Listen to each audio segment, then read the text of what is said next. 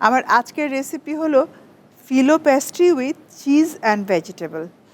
কাজী Farms কিচেনের phyllo pastry অত্যন্ত কাজের একটি উপকরণ আমি বলবো।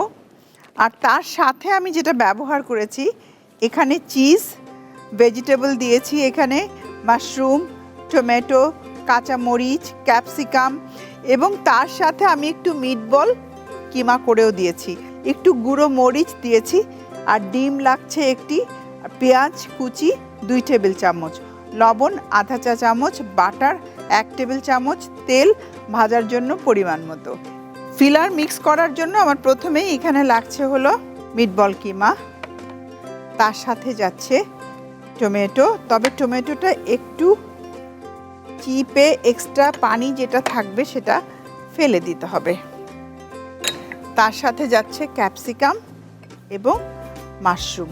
আপনারা আপনাদের পছন্দ মতো ভেজিটেবল অ্যাড করতে পারেন। আমি মাশরুম দিয়ে দিলাম, দিচ্ছি পেঁয়াজ কুচি, তার সাথে দেব কাঁচা মরিচ, আর একটু দিচ্ছি লাল মরিচ পাপরিকা, লবণ দিয়ে দিচ্ছি হাফ চা চামচ পরিমাণ, আর তার সাথে চিজ অ্যাড করে নিচ্ছি, মোজারেলা চিজ।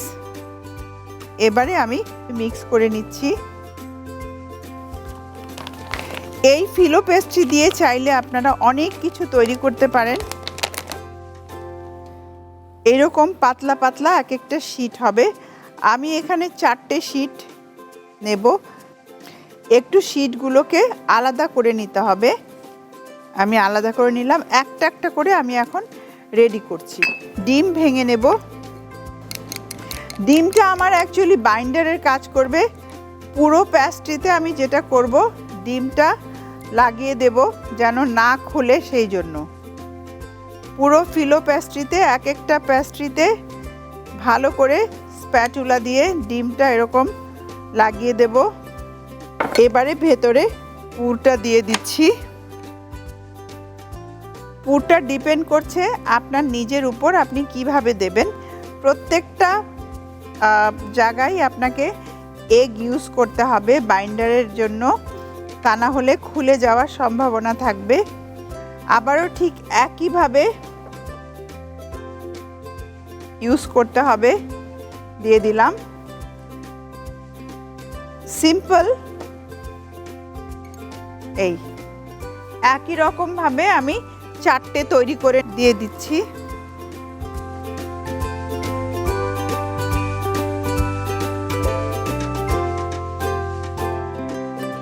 আমাদের হয়েই গেছে, আমি চুলাটা অফ করে দিচ্ছি।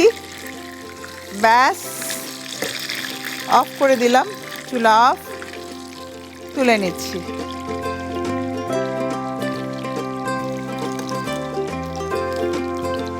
অনেকেই আছেন যারা সেহরি খেতে চান না, দেখা যায় যে রাতে উঠবো, খাবো না, না খেয়েই রোজা রাখেন। এটা কিন্তু শরীরের জন্য খুবই খারাপ।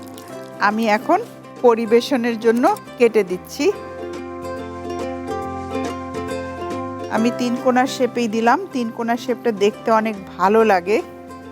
আসলে সব জিনিসেরই একটা প্রেজেন্টেশন আছে। প্রেজেন্টেশনটা যত ভালো হয় তত কিন্তু খাবার আগ্রহ বেড়ে যায়। এই দিচ্ছি।